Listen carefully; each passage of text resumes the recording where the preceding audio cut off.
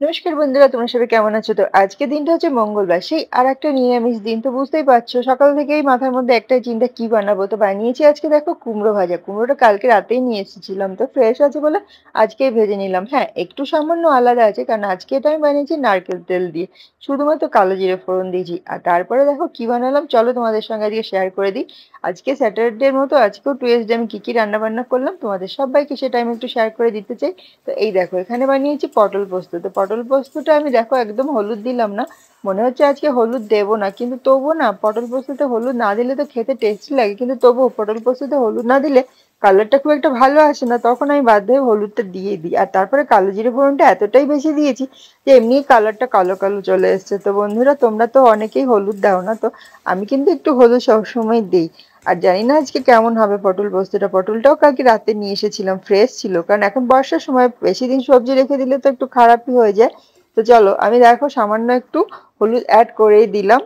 তো এরপরে হচ্ছে আমি বানিয়েছিলাম মুগ ডাল। তো মুগ ডালটাও আজকে আমি বানালাম একদমই, বেশ একটা টমেটো তো এর মধ্যে দিয়ে দিয়েছিলাম। আর তারপরে দেখেছি বেগুন ভাজা।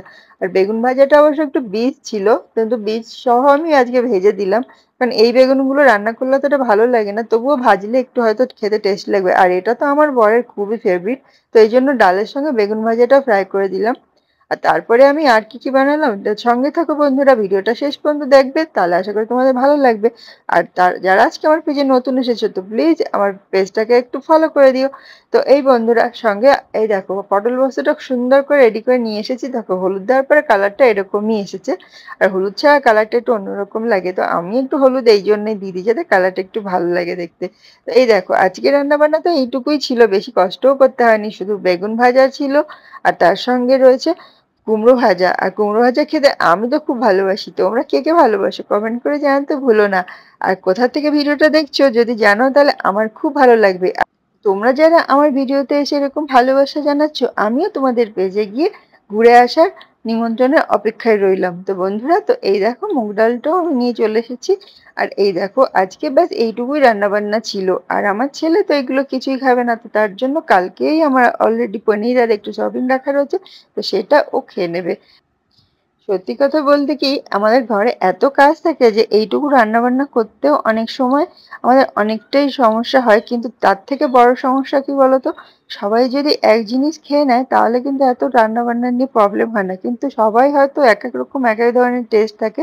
তো যেমন এই এই কুমড়ো ভাজাটা আমার জন্য হয়েছে, আর বাকি সবজিগুলো আমি আমার বরের জন্য করেছি, আর ছেলের জন্য আলাদা রান্না বান্না করেছি। তো এর জন্য আমি প্লেন রাইসই করেছি। আর আমার জন্য আর কি বানিয়েছি, আমি কুমড়ো ভাজা কি দিয়ে খাবো, এই দেখো আমি বানিয়েছি রাগির রুটি। তো রাগির রুটিটা তো একটু মোটাই হয়ে গেছে, কারণ এই আটাটা বর্ষার সময় এখন বেশি দিন রাখলে খারাপ হয়ে যাবে। তো আমি এই মেখে নিলাম, তো আমি রুটি বানিয়ে নিয়েছি, আর তার সঙ্গে একটুখানি ঘি দিয়ে দিয়েছি। তো রাগির রুটি খেতে কে কে পছন্দ করে